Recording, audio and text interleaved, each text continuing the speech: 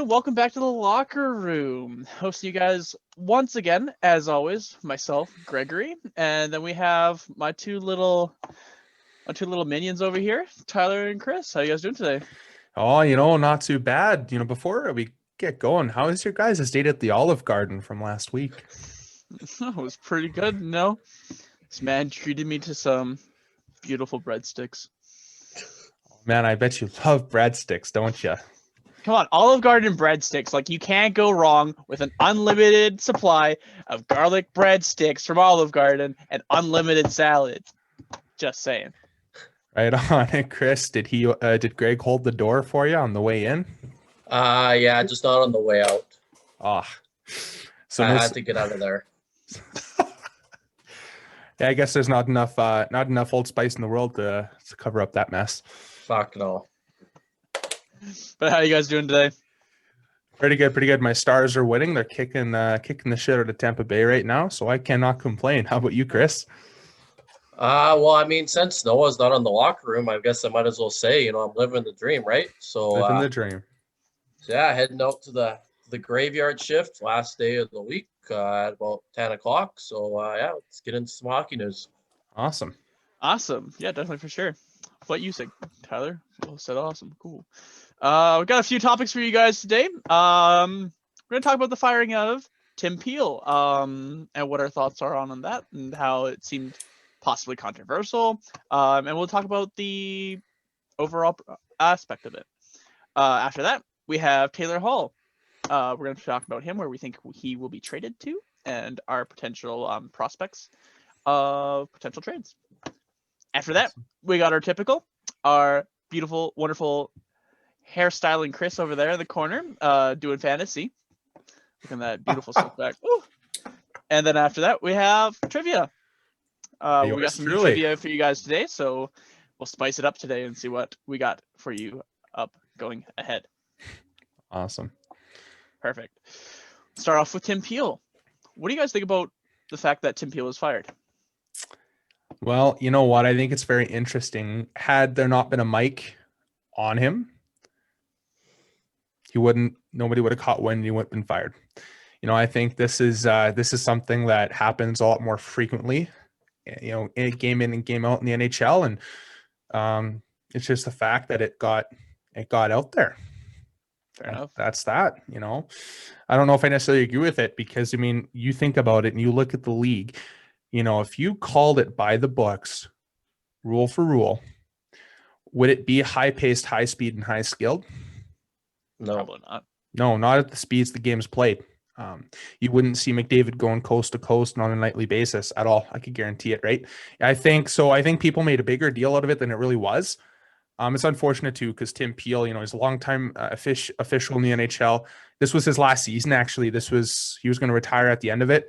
He doesn't get to go out on his terms, and I think that's a little disappointing. Yeah. It's an interesting situation. I was going to ask you guys, do you think if this is a different referee, one that's maybe not retiring at the end of this season, do you think they slap him down with a fine?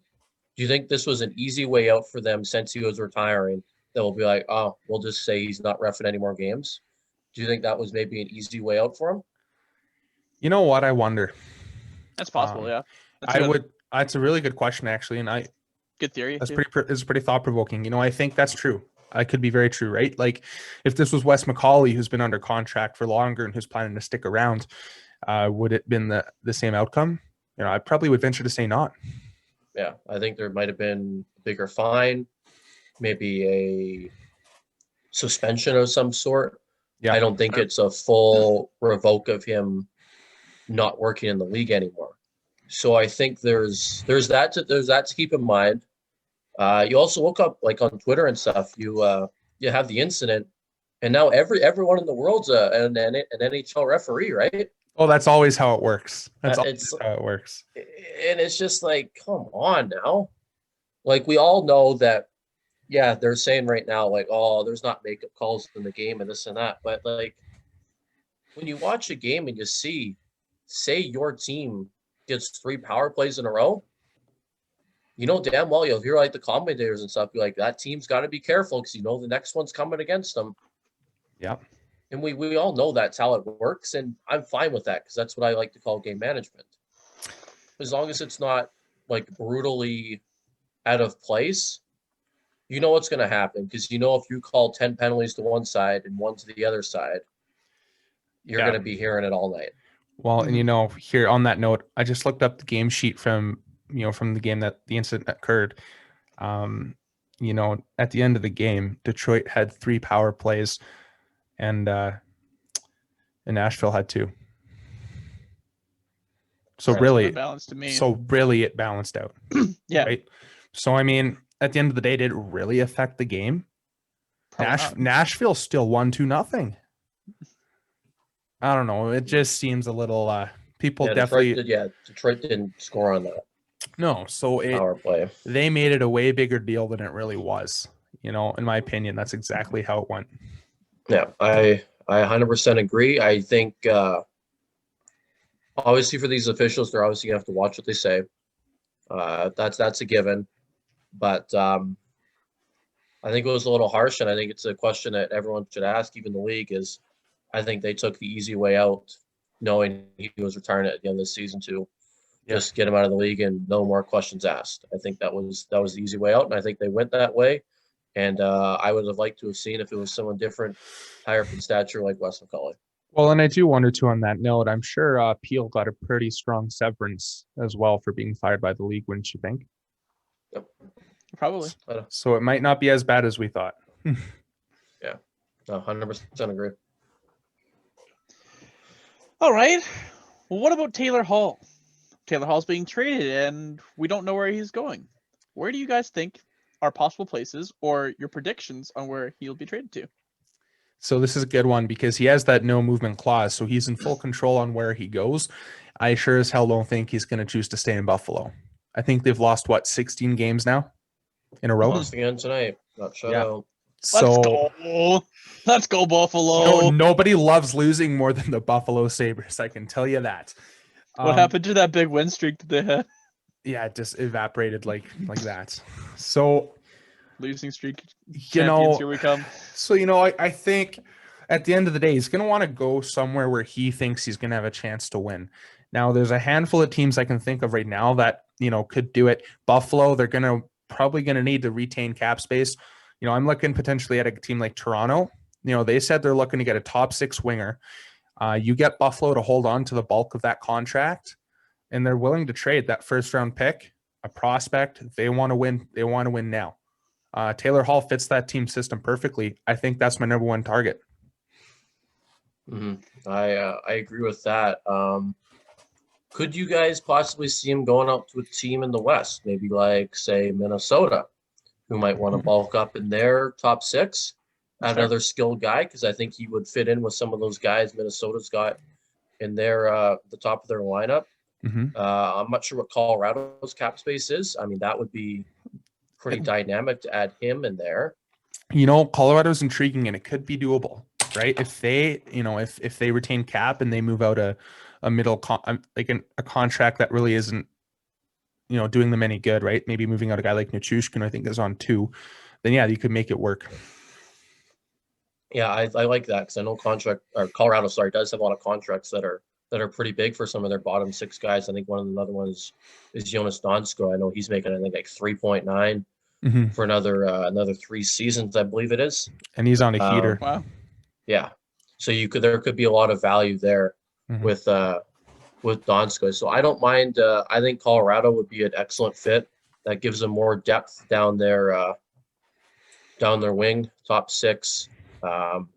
It allows maybe Kadri to get an elite winger. Obviously, you keep that top line together, but you add that piece on wing there, second line. I mean, well, and just imagine that number 1 power play unit there. You take Kadri off, and you put Taylor Hall there with Makar, Landeskog, McKinnon, Rantanen. I mean, that's the best in the league by far. I think. I would agree. Yeah.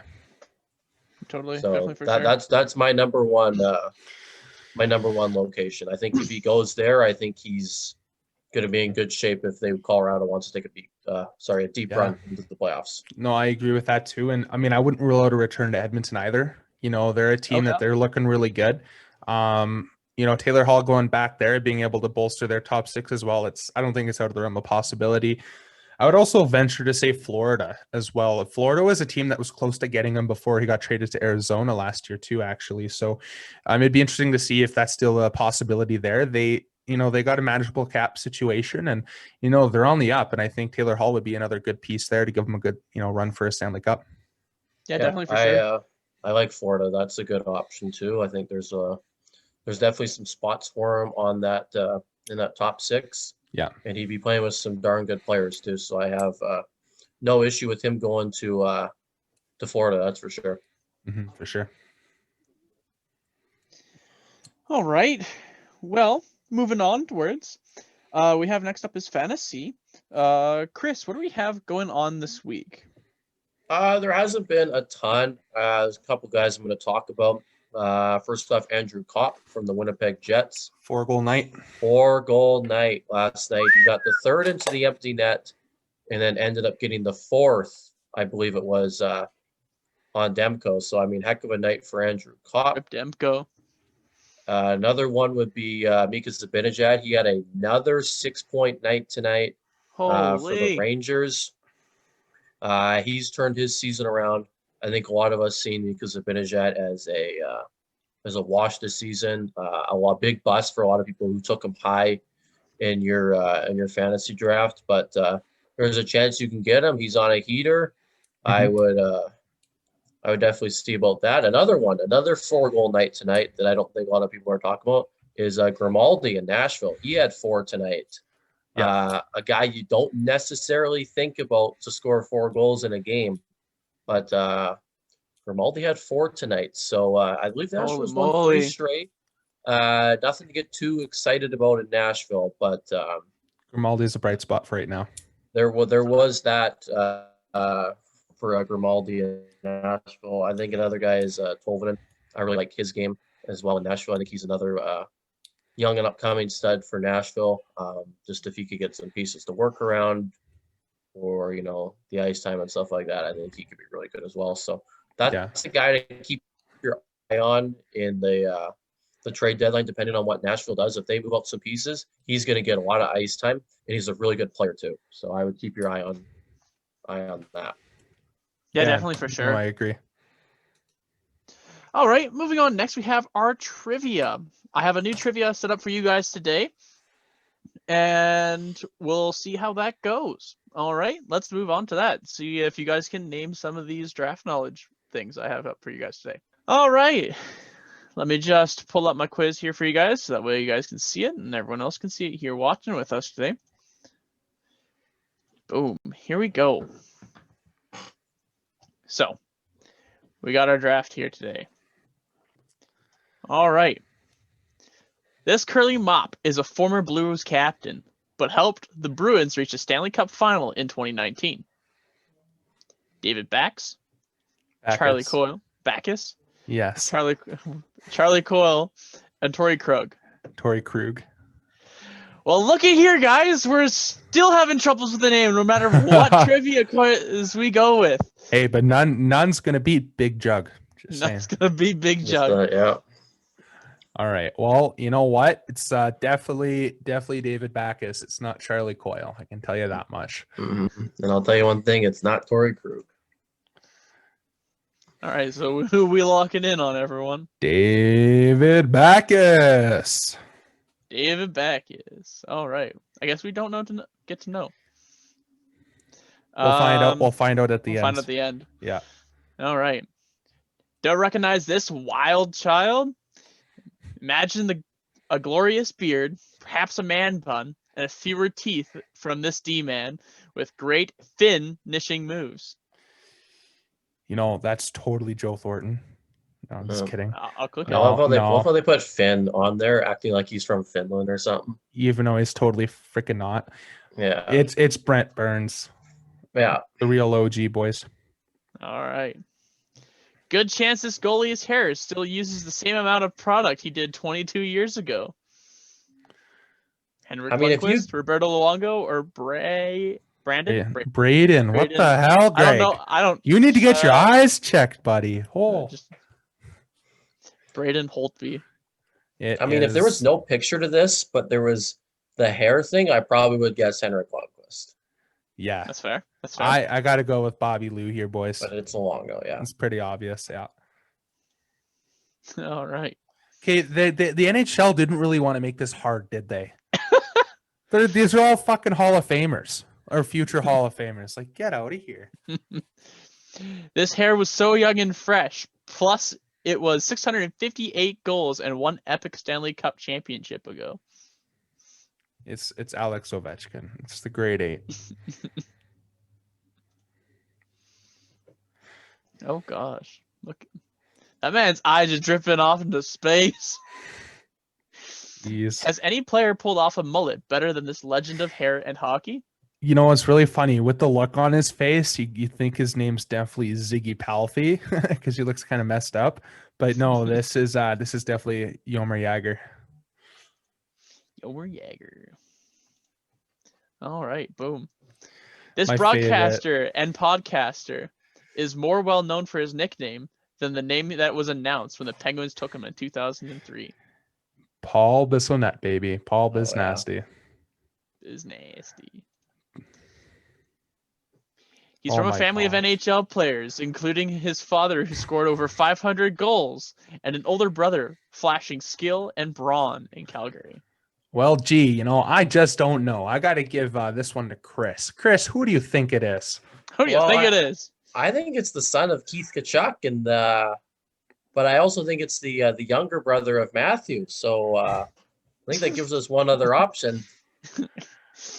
Brady Tkachuk it is. The beautiful head of hair hasn't changed much since he was drafted 19 years ago in the 7th round. It's definitely not Dominic Moore. It's definitely not Mikael Samuelsson, but I can definitely tell you it's definitely King Henrik. King Henrik Lundqvist III. Oh, Burger Man, let's go. Burger Phil. Man. Phil, the thrill, Phil. baby. Thrill. All right, I don't even have to ask. I don't even have to give you the title, man. Man, okay, so he didn't just get ugly as he aged. He was ugly on draft day, too. He was just ugly. Oh, boy. All right, let's see where we go. How did I do? We got Backes, Burns, Luongo, Ovechkin, Jagr, Bissonnette, Tkachuk, Lundqvist, and Kessel. Wow, we 9 went for 9 9. for 9. Wow, that was so hard. I had so many years of academy training just for this quiz. Just to be ready. He was ready for it. Well, you guys killed that quiz today. Guess I need to find a bigger and harder one for you guys to stump you on. Yeah, no, definitely. More L's. I need to find a way to give you guys bigger L's. Greg, you got to find like the most difficult hockey quizzes just in existence, so it's not a snooze fest. So it's not a snooze fest. No, yeah, shush. All right. Well, thank you guys so much for coming on with me today. Well, you're welcome. Yeah. Awesome. Make sure to tune in, guys, next week. And remember to make sure to follow us on all of our social medias, our Instagram, our Facebook, our Spotify, our YouTube as well, and our Twitter. Thanks so much, guys. Awesome. Have a good night, guys. Yeah. Have a good night.